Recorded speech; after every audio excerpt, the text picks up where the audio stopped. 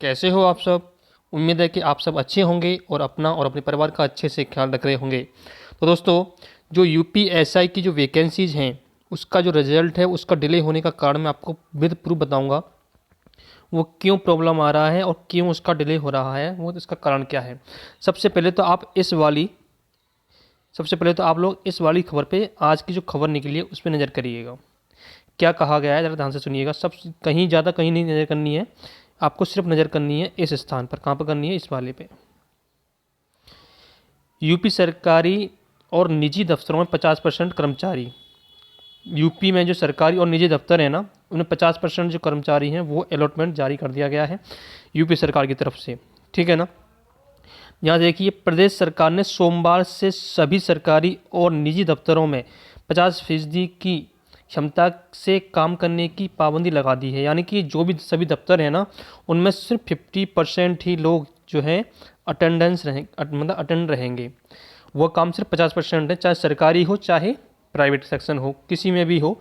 तो आप एक चीज़ सोच सकते हो यहाँ से, आप लोग ये चीज़ सोचिएगा कि जो वैकेंसीज हैं यूपीएसआई 2021 की, यूपीएसआई 2021 की, यूपीएसआई 2021 का जो रिजल्ट है वो क्यों डिले हो रहा है। सबसे पहले तो एक बात मैं आपको बता दूं कि जो ओमिक्रॉन है उसके केसेज बहुत ज़्यादा बढ़ रहे हैं। ठीक है ना। इसके अलावा कोविड का भी संक्रमण बढ़ रहा है। ठीक है, कोविड भी बढ़ रहा है। तो सभी के सभी सरकारी दफ्तर और सभी जो प्राइवेट दफ्तर हैं उनमें जो है 50% क्राइटेरिया लगा दिया गया है। इसके अलावा सरकार कभी भी नहीं चाहेगी कि इससे जो है उनकी गवर्नमेंट पर असर पड़े, यानी कि कोई भी प्रॉब्लम सामने आए कि किसी भी बच्चे को बीमारी साहब हो गई या फिर किसी वजह से बीमारी फैल गई, तो कभी नहीं चाहेगी कि ऐसे में जो रिजल्ट पेश करके उनको लिए डीबीपीएसटी के लिए बुलाया जाए। हम मैं इतना मान सकता हूँ कि आपको जो रिजल्ट आने की संभावना तो बनी हुई है, लेकिन रिजल्ट की संभावना पूरी पूरी है, रिजल्ट आ सकता है।